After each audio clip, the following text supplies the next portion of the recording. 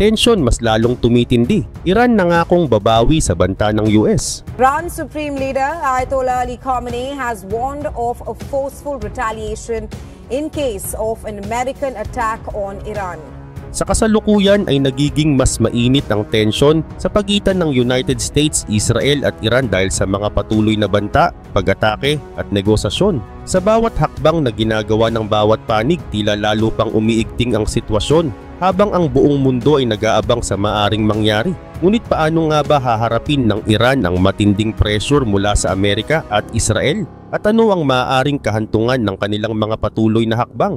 Alamin natin ang mga posibilidad, ang mga estratehiya ng bawat panig at ang mga posibleng epekto nito sa buong rehiyon at sa buong mundo. Pero bago tayo magsimula ay baka pwedeng paki-like at subscribe ng video na ito. Malaking tulong at bagay na ito sa aming mga content creators. Maraming salamat po.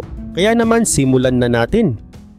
Mukhang papalapit na tayo sa isang malawakang Israeli-American strike laban sa Iran. Ayon kay Pangulong Donald Trump, kung hindi makikipagkasundo ang Iran, ay tatamaan ito ng mga bomba na hindi pa nito kailanman naranasan. Bagaman itinatanggi ng Iran ang direktang pakikipag-usap sa United States para sa bagong nuclear deal, ay hindi nito isinasara ang posibilidad ng mga didirektang usapan. Ngunit ngayon ay mas pinalalakas pa ng Pangulo ang kanyang mga banta at tila nagkakaroon ng mas matinding tensyon sa pagitan ng dalawang bansa. Sa bawat araw na lumilipas ay lalong nagiging malinaw na hindi basta-basta bibitaw ang Amerika sa kanyang posisyon at tuloy-tuloy ang kanyang mga hakbang upang mapilitang bumigay ang Iran. Sa kabila ng mga ulat mula sa Iranian intelligence na nagsasabing papalapit na ang mga kritikal na sandali, ay tila mas pinalalakas pa ni Pangulong Trump ang pressure laban sa Iran. Ang mga hakbang na ito ay nagdudulot ng malaking pagkabahala sa panig ng Iran dahil ang kanilang rehimen ay tila nasa estado ng pagkataranta. Hindi rin maikakaila na ang bawat hakbang ng Amerika ay may layuning pabagsakin ng kanilang determinasyon at tuluyang itulak ang Iran patungo sa isang favorable agreement. Ngunit habang patuloy ang pressure mula sa United States ay nagiging mas komplikado ang kalagayan at mas nagiging delikado ang bawat kilos ng dalawang panig. Sa kabilang dako, patuloy namang lumalakas ang presensya ng militar ng Pentagon sa rehiyon. Sa kasalukuyan ay may mga aircraft carrier na nakadeploy sa Red Sea at Persian Gulf at may isa pang barko ang paparating. Ang mga hakbang na ito ay malinaw na nagpapakita ng intensyon ng Amerika na magpakita ng puwersa upang takutin at pabagsakin ang moral ng Iran. Ngunit sa kabila ng mga ito ay matapang namang nagbabanta ang Iran na handa nilang ilunsad ang kanilang mga missiles hindi lamang laban sa Israel kundi pati na rin sa mga puwersa ng Britain at Amerika na nakapwesto sa Indian Ocean Island ng Diego Garcia. Ayon sa isang opisyal ng Iran, walang pagkakaiba kung Briton o Amerikano ang puwersa dahil sasalakayin nila ito kung manggagaling ang pag-atake mula sa alinmang base sa lugar na yun. Ang ganitong mga pahayag ay lalong nagpapakita ng determinasyon ng Iran na ipagtanggol ang kanilang sarili laban sa anumang possible aggression. Samantala, kung magkakaroon ng isang malawakang pag-atake laban sa mga nuclear facilities ng Iran, ay inaasahan na ito ay magdudulot ng isang napakalaking kaguluhan sa buong rehiyon ng Middle East. Ang Gaza Strip ay maaring maging isa rin sa mga lugar na agad na maapektuhan ng labanan. Sa kasalukuyan, bumabagsak ang mga teroristang Hamas tulad ng mga domino at ang kanilang organisasyon ay dumadaan sa isang matinding krisis. Ayon sa mga opisyal ng Israel, kung papayag ang Hamas sa mga kondisyon ng ceasefire agreement, ay maaari nilang pag-usapan ang mga susunod na hakbang. Ngunit kung hindi agad tumugon ang Hamas, ay lalo pang lalakas ang military pressure at posibleng umabot sa mas marahas na hakbang upang tuluyang pabagsakin ang kanilang puwersa. Ang ganitong sitwasyon ay nagiging mas delikado dahil sa patuloy na paglala ng mga pangyayari sa rehiyon. Kaugnay pa nito ay may mga ulat din na nagsasabing 9 na terorista ang napatay sa isang airstrike ng Israeli Air Force sa nakalipas na 24 hours. Sa parehong pagkakataon ay naghahanda rin ang hukbo para sa mas malawakang pagkontrol sa teritoryo ng Gaza sakaling bumagsak ang mga negosasyon. Ang ganitong paghahanda ay nagpapakita ng seryosong intensyon ng Israel na mapanatili ang kontrol at seguridad sa kanilang teritoryo kahit na ang mga usapang pangkapayapaan ay tila nagiging mahirap makamit. Habang patuloy na umaasa ang ilan sa isang mapayapang kasunduan, ang realidad ay mas nagiging komplikado ang mga kaganapan at maaaring humantong sa isang malawakang digmaan kung hindi maayos ang mga negosasyon. Sa kabilang banda, patuloy din ang mga ulat tungkol sa mga pag-atake laban sa mga terorista sa Yemen. Ang mga pangyayaring ito ay bahagi ng mas malawak na kampanya laban sa mga armadong grupo na itinuturing na banta sa seguridad ng rehiyon.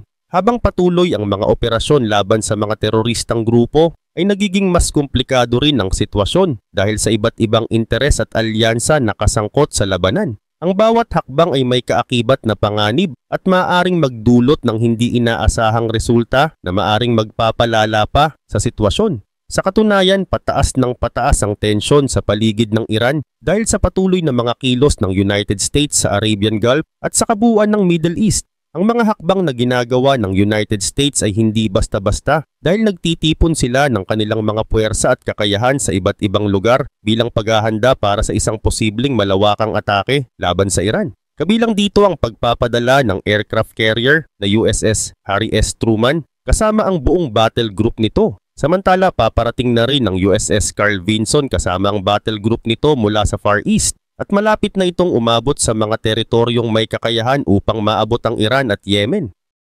Pero hindi pa rito nagtatapos ang plano ng United States dahil mayroon pang isa pang battle group na inihahanda para sa deployment sa rehiyon.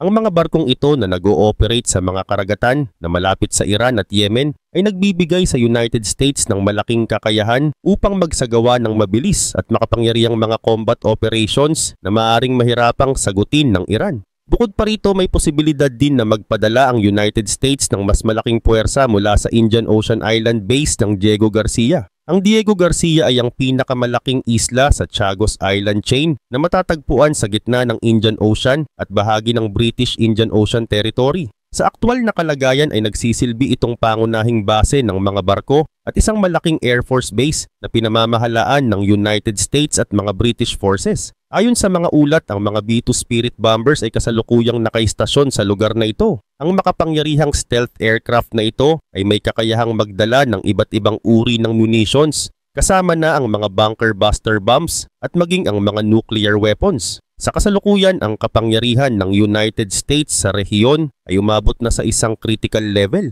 Batay sa mga ulat ng intelligence ng Israel, kaya na ng mga puwersang ito na tuluyang durugin ng militar ng Iran na bagaman malaki ay nagkukulang sa makabagong kagamitan at maayos na pagsasanay. Halimbawa, ang Iranian Air Force ay patuloy pa rin sa paggamit ng mga eroplano na binili mula sa United States bago pa naganap ang Islamic Revolution noong 1979. Karagdagan pa dito ang helicopter na sinasakyan ni Iranian President Ebrahim Raisi. Nang bumagsak ito noong May, ay isa sa mga luma nilang aircraft. Ang mismong Pangulo ng Iran ay walang ibang pagpipilian, kundi ang sumakay sa isang helicopter na 40 taon na ang tanda. Kung ito ang kalagayan ng kanilang pinuno, ay mas mahirap isipin kung paano ang kondisyon ng mas mababang ranggo ng mga opisyal at mga ordinaryong sundalo. Kahit na mayroon pa ring mas modernong kagamitan ang Iran, gaya ng mga S-400 air defensive batteries na binili mula sa Russia ilang taon na ang nakakaraan, ay marami sa mga ito ay nasira ng husto ng Israel noong October 26 ng nakaraang taon. Ngunit kahit ganito ang nangyari, ay patuloy pa rin ng Iran sa pagkakaroon ng libu-libong missiles at tens of thousands na UAVs na may kakayahang umabot sa napakalalayong distansya. Bukod pa rito, patuloy din ang suporta ng Iran sa mga militante sa Iraq, Syria, Jordan, Yemen at Lebanon. Bagaman marami sa mga grupong ito ay humina na dahil sa mga nakaraang digmaan laban sa Israel at sa iba pang bahagi ng rehiyon sa nakalipas na 1.5 taon. Ngunit habang tumitindi ang sitwasyon ay patuloy namang pinapalakas ni Pangulong Donald Trump ang kanyang mga banta laban sa Iran. Noong linggo ng hapon sa isang panayam sa NBC ay muling nagbigay siya ng mga pahayag laban sa Iran kasabay ng anunsyo ng Iran na tinatanggihan nila ang anumang uri ng direktang usapan sa Amerika para sa isang bagong nuclear deal. Subalit malinaw pa rin na bukas sila sa mga hindi direktang usapan. Ayon kay Pangulong Trump, kung hindi magkakaroon ng kasunduan ng Iran ay magkakaroon ng mga pambobomba na hindi pa nila kailanman naranasan. Ngunit nilinaw din niya na may mga pag-uusap na nagaganap sa pagitan ng mga opisyal ng Amerika at Iran. Hindi pa rin malinaw kung ang mga ito ay direktang usapan o hindi. Ngunit ayon sa Iran, kasalukuyan nilang tinatanggihan ang mga direktang pag-uusap. Noong katapusan ng linggo ay iniulat ng Iran na tumugon sila sa liham ni Trump na ipinadala kay Supreme Leader Ali sa pamamagitan ng isang mensaheng ipinarating sa pamamagitan ng Oman. Ipinahayag ng Iran ang kanilang kahandaan na makipag-usap sa pamamagitan ng mga hindi direktang paraan, ngunit iginiit na hindi maaaring maganap ang direktang pag-uusap habang patuloy ang mga banta at parusa. Ngayon ay tututukan naman natin ang nagpapatuloy na digmaan laban sa Hamas sa Gaza Strip. Ayon sa mga ulat mula sa mga Arab media portals, mula noong gabi ng Linggo hanggang Lunes, 9 na terorista ang napatay sa isang airstrike ng Israeli Air Force sa isang gusali sa Hamad neighborhood na matatagpuan sa northwest ng Kanun sa southern Gaza Strip. Bukod pa rito, may mga naiulat na pag-atake sa iba't ibang mga lungsod at sa Rafah na siyang pinakatimog na bahagi ng Gaza Strip. Patuloy ang mga pagsalakay at mga sagupaan sa iba't ibang lugar na nagdudulot ng matinding takot at pangamba sa mga naninirahan doon. Samantala, habang muling nagpatuloy ang mga labanan na nagsimula mahigit 2 linggo na ang nakakaraan, ang mga opisyal ng Hamas na dati malayang kumikilos sa ilalim ng ceasefire ay ngayon nababalot ng pangamba dahil sa banta ng Israeli intelligence at air power. Ayon sa mga Israeli security sources, ito ang naging pangunahing dahilan kung bakit napilitan ng Hamas na makipag-usap sa Israel sa gitna ng patuloy na putukan sa pamamagitan ng mga tagapamagitan. Ang bawat pag-uusap ay tila isang hakbang patungo sa pansamantalang kapayapaan. Ngunit ang bawat hakbang ay puno rin ng pangamba at kawalang katiyakan. Sa kasalukuyan, nag-aalok ang Hamas na palayain ng 5 bihag kapalit ng 50 araw na ceasefire. Sa kabilang banda, hinihiling naman ng Israel ang pagpapalaya sa 11 na buhay na bihag at kalahati ng mga labi ng mga bihag kapalit ng 40-day ceasefire. Ang mga negosasyon ay tila isang mabigat na laban ng kasunduan, kung saan ang bawat partido ay nagtatangkang makuha ang mas favorable condition sa ilalim ng napakakomplikadong sitwasyon. At habang nagpapatuloy ang mga negosasyon, tahimik ngunit mabisang kumikilos ang Hamas upang patahimikin ang mga nag-organize at mga kalahok ng mga protesta na nanawagan na itigil ang digmaan laban sa Israel at ang kanilang pamumuno sa Gaza. Kamakailan lamang may 6 na taga-Gaza ang pinatay, kabilang na ang isang residente ng Tel El Hawa sa Gaza City na si Uday Al-Rabay, isang 22 years old na binata. Ayon sa mga ulat, siya ay pinatay ng Hamas matapos niyang manawagan ng mga protesta at magsalita laban sa kanilang pamumuno. Si Al-Rabay ay dinukot ng Hamas at tinorture ng matindi sa loob ng 4 na oras. Kasama rito ang pagkakabugbog sa kalsada sa harap ng mga nakasaksi. Matapos ang matinding pagpapahirap, siya ay ibinalik sa kanyang pamilya habang siya ay nasa bingit ng kamatayan. Ang ganitong pamamaraan ng Hamas ay malinaw na nagpapakita ng kanilang pagsisikap na maghasik ng takot sa sinumang nagbabalak na kumontra sa kanila sa loob mismo ng Gaza Strip. Samantala ang Israel ay may ibang pamamaraan sa pagtugon sa mga protesta. Noong linggo ay itinalaga si Yaakov Blistering bilang pinuno ng Directorate para sa voluntaryong pag-alis ng mga residente ng Gaza mula sa Gaza Strip. Ang balitang ito ay ipinahayag ni Defense Minister Katz. Ayon sa pahayag ng Ministry of Defense, ang bagong directorate ay nakatuon sa paghahanda at pagbibigay daan para sa isang ligtas at kontroladong paglabas ng mga gustong umalis mula sa Gaza upang makahanap ng mas payapang lugar upang manirahan. Kasama sa mga plano ang pagbibigay ng proteksyon sa kanilang paglalakbay, pagtatayo ng mga espesyal na pedestrian crossings sa Gaza, at pag-aayos ng mga infrastruktura upang mapadali ang paglalakbay sa pamamagitan ng dagat at himpapawid patungo sa mga bansang nais nilang puntahan. Ang ganitong mga hakbang ay tila isang pagsisikap upang mabigyan ng pag-asa ang mga taong gustong tumakas mula sa patuloy na kaguluhan at paghihirap sa Gaza. Kaugnay pa nito, ayon sa intelligence ng Israel, ang mga pagharang sa logistics at humanitarian aid na ipinataw sa Gaza Strip kasabay ng patuloy na pressure mula sa militar ay nagkakaroon na ng epekto. May mga pagbabago sa posisyon ng Hamas, ngunit kasabay nito may mga banta rin. Kung hindi agad tutugon ng Hamas sa bagong alok at hindi handa sa susunod na hakbang, lalo pang titindi ang pressure na nararanasan ng kanilang samahan. Ang bawat araw na lumilipas ng walang kasunduan ay nagdadala ng mas maraming panganib at pagkawasak sa magkabilang panig. Habang nagpapatuloy ang labanan, marami sa mga pamilya sa Israel ang lubos na nahihirapan dahil sa digmaan. Maraming negosyo ang napilitang magsara, mga magulang ang kinakailangang sumabak sa serbisyo sa IDF ng matagal at ang presyo ng pagkain ay patuloy na tumataas. Maraming mga tao ang dating hindi kailanman nangailangan ng tulong, ngunit ngayon ay naguguluhan kung saan makakakuha ng kanilang susunod na pagkain. Sa ngayon, habang patuloy na umiigting ang sitwasyon sa rehiyon, nagiging mas malinaw ang epekto ng mga isinagawang airstrike ng Israel at Amerika laban sa mga Houthis sa Yemen. Sa pag-usad ng mga operasyong ito, mas lumilinaw rin ang naging resulta ng mga sunod-sunod na pag-atake. Ayon sa isang mataas na opisyal ng Israel na nakapanayam ng isang Saudi-owned news portal nitong nagdaang weekend, malaki ang nabawas sa arsenal ng ballistic missiles na pagmamay-ari ng mga Houthis.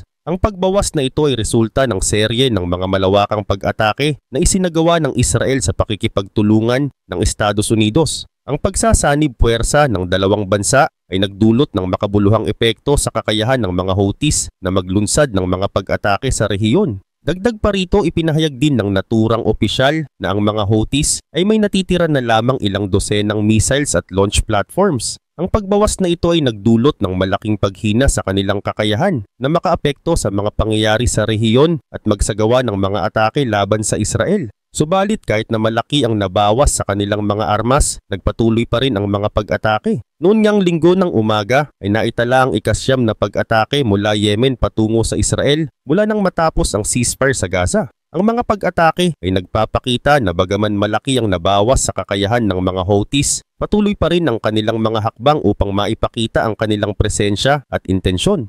Habang nagpapatuloy ang mga military operations ng Estados Unidos sa Yemen, hindi pa rin natitigil ang mga paminsan-minsang pagpapaputok ng mga Houthis patungo sa Israel. Patuloy nilang tinatarget ang Ben Gurion International Airport, isang hakbang na kanilang sinasabi na bahagi ng kanilang layunin na pigilan ang lahat ng flight patungo sa Israel. Sa kanilang pananaw, ang hakbang na ito ay isang paraan upang maipataw ang isang air blockade laban sa Israel na kapantay ng naval blockade na kanilang isinasagawa sa Bab al-Mandab Strait na nag-uugnay sa Red Sea. Ang kanilang plano ay tila nakatuon sa pagpapakita ng kanilang kakayahan na magdulot ng pagkagambala sa operasyon ng mga paliparan at pagbibigay ng malinaw na mensahe tungkol sa kanilang intensyon. Sa kasalukuyan, dahil sa malaking tulong ng mga puwersa ng Amerika, nagawang madetect at maharang ng Israeli Air Force ang mga missiles na naglalayong tumama sa Israel gamit ang kanilang Arrow 3 system. Bukod pa rito, ang American Air Defense System na nakadeploy sa Israel at sa mga kalapit na rehiyon ay ginagamit din upang pigilan ang mga naturang atake. Ang kanilang teknolohiya at kahandaan ay nagbibigay ng matinding proteksyon laban sa mga tangkang pag-atake mula sa Yemen. Ang pakikipagtulungan ng dalawang bansa sa aspektong ito ay nagdulot ng isang matatag na harang laban sa mga bantang dulot ng mga Houthis. Bukod sa mga hakbang na isinasagawa sa himpapawid, nagpatupad din ng Israel ng mga karagdagang hakbang upang matiyak ang kaligtasan ng mga sasakyang panghimpapawid sa Ben Gurion Airport International Airport. Ang oras ng babala mula sa paglulunsad ng missiles hanggang sa pagdating nito sa Israel ay nagbibigay ng sapat na panahon upang mailipat ng mga air controllers ng Air Force Control Unit ang mga paparating na eroplano sa isang holding pattern sa ibabaw ng Mediterranean Sea kung saan sila ay ligtas mula sa saklaw ng mga missiles. Sa kabilang banda, ang mga eroplano na paalis mula sa paliparan ay may mga itinakdang alituntunin para sa kaligtasan na naglalayong mabawasan ang panganib mula sa mga posibleng pag-atake. Ang mga hakbang na ito ay kabilang sa pinakamahigpit at pinakamaalalahaning mga hakbang sa kaligtasan para sa anumang paliparan sa buong mundo. Ang mga procedures na ito ay nabuo sa paglipas ng panahon bilang tugon sa patuloy na pagbabanta mula sa mga Houthis at maging sa mga pagsubok na isagawa ang mga pag-atake ng iba't ibang terrorist group na may layuning ipakita ang kanilang kapangyarihan o impluwensya. Ang mga pagsisikap na ito ay nagpapatunay na ang seguridad ay isang pangunahing priority sa harap ng patuloy na mga banta. Habang patuloy ang mga operasyon ng Israel at Amerika upang mapigilan ang mga pag-atake ng mga Houthis, hindi rin nila kinalilimutan ang mga mamamayan na patuloy na naapektuhan ng mga kaganapang ito. Ang kanilang mga hakbang ay nakatuon hindi lamang sa pagtatanggol laban sa mga missiles kundi pati na rin sa pagsigurong ligtas ang mga sibilyan sa mga lugar na maaaring maapektuhan ng mga pag-atake. Ang kahandaan at pagsasanib ng teknolohiya ng Israel at Amerika ay nagdulot ng malaking tulong upang maharang ang mga missiles bago pa man ito magdulot ng pinsala. Ang mga ganitong klase ng hakbang ay nangangailangan ng hindi lamang pisikal na lakas, kundi pati na rin ng matinding determinasyon at malasakit sa kaligtasan ng mga mamamayan. Sa kabila ng patuloy na mga banta at panganib, ang kanilang determinasyon ay nananatiling matatag. Sa harap ng mga pagsubok na ito, umaasa ang lahat na ang kanilang pagsisikap ay magdudulot ng kapayapaan at kaligtasan para sa lahat. Sa kabuuan, ang patuloy na umiigting na tensyon sa pagitan ng United States, Israel at Iran ay nagdadala ng malaking panganib hindi lamang sa mga bansang kasangkot kundi pati na rin sa buong rehiyon ng Middle East. Ang mga banta, airstrikes at negosasyon ay tila walang katapusan at nagdudulot ng malaking takot sa mga mamamayan na nabubuhay sa gitna ng kaguluhan. Ang patuloy na deployment ng mga aircraft carriers at battle groups ng Estados Unidos sa rehiyon ay nagpapakita ng kanilang determinasyon na ipakita ang lakas at ipatupad ang kanilang mga plano kahit pa mangailangan ito ng marahas na hakbang. Habang ang mga hakbang na ito ay ipinapatupad upang ipakita ang kanilang kakayahan, mas lalong lumalalim ang alitan at mas nagiging komplikado ang sitwasyon sa bawat hakbang na kanilang ginagawa.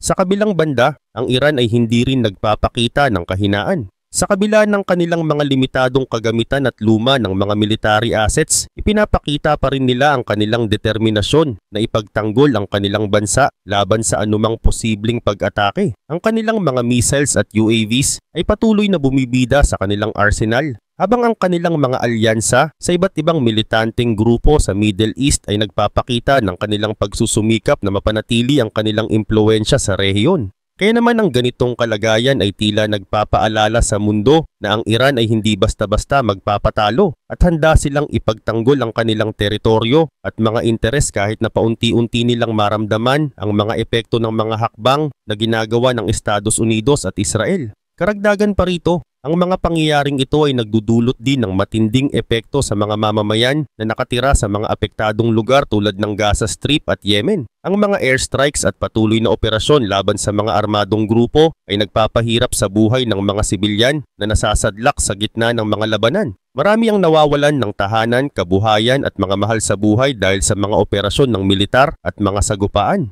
Ang mga plano ng Israel na magtatag ng mga espesyal na pedestrian crossings at ang kanilang mga hakbang upang matiyak ang kaligtasan ng mga sibilyan ay maaring magsilbing pag-asa para sa mga nais umalis sa mga lugar na puno ng kaguluhan.